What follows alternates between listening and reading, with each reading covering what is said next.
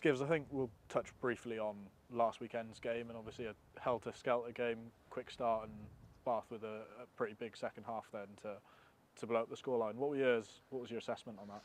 Yeah, look, we were disappointed with the loss, obviously, because it's a big derby, and we put ourselves in a great position at half time. I think there's a lot of learnings for us out of that game in the meaning of the way we're going to play. We've talked a lot about risk reward, and obviously we're massively on the risk side at the moment, so that will come with some moments. But I think there's a few bits. We had a look at 4 tries, for instance, where actually our attacking structure, we didn't quite respect it. We got caught a little bit short. We weren't quite in the right position, and you've got to work really hard to do what we're doing and be in the right positions all the time. And Bath capitalised on it. So there was a couple of moments like that. There was a couple of moments we overplayed our hand, no doubt about it, in a couple of pressure positions, which I expect to happen, but we've got to learn quickly from. So initial frustration, we were all disappointed, but I think we come in this week and we analyse it. We scored some great tries. We left about 3 or 4 tries out here on the weekend, which is not, we don't want to leave them out here, but the positives are they were there for the taking. Yeah, and the boys are buoyant. They're excited. They're like, we can all see what we can do if we get it right, but we're also aware there's still a lot of work to do.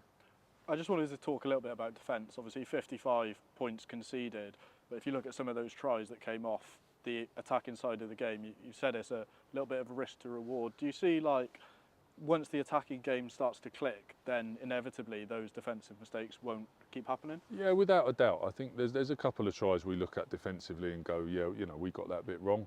But actually a lot of our defence, we weren't getting broken down through line breaks or anything like that. It was attacking errors, quite a lot of them in our own 22, turn the ball over, and us included, most teams will capitalise if you do that too many times. So, we've got to get that out the game, but we've got to get that out the game without being conservative and going within ourselves, because that's not what we're trying to do. So, there is the flip side to the way we're attacking, that if you make mistakes near your own try line, there's a good chance you're going to get punished for it, and we definitely got punished for it. So finding that balance, finding the detail every time we do something is really important. Looking ahead to this weekend then, obviously the Leicester DNA is something you know a lot about as being a player there. Can you see that sort of creeping back in with this Leicester team? Oh yeah, without a doubt. I thought on the weekend against Saints they looked as much like the Leicester DNA that I remember very well, and has been there for, I don't know, 50 years before. So look, Welford Road is a tough place to go. Leicester is always a tough game. I think, like you say there, they look like Leicester of old. They were physical, they were on it, they made good decisions, and they got a comfortable win in the end, which probably wasn't expected to be that either. So it's a real challenge. I think the challenge with us, the way we're playing right now, is not to worry too much about who we're playing. It's about, can we get the detail right? Can we make sure we respect what we're doing?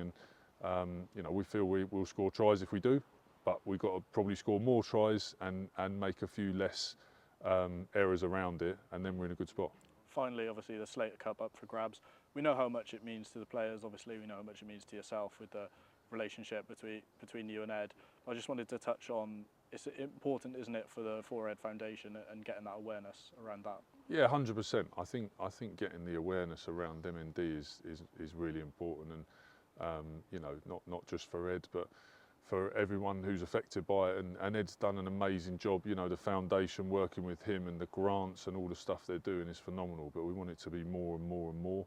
And I think that's something that Leicester and Gloucester are doing a great job of, to be honest with you. And and then ultimately it was great to win the Slater Cup last year, just to get the trophy and bring it back. We've been wanting to do that, and there's no doubt we want to win it again. But the bigger picture piece is, obviously, Ed's a great friend and a brilliant player for both clubs, and we want to support him. But what he's doing is amazing, making sure that other people are benefiting from it. And like I say, the more and more we can do, the better. Cheers, George. All the best. Thanks a lot.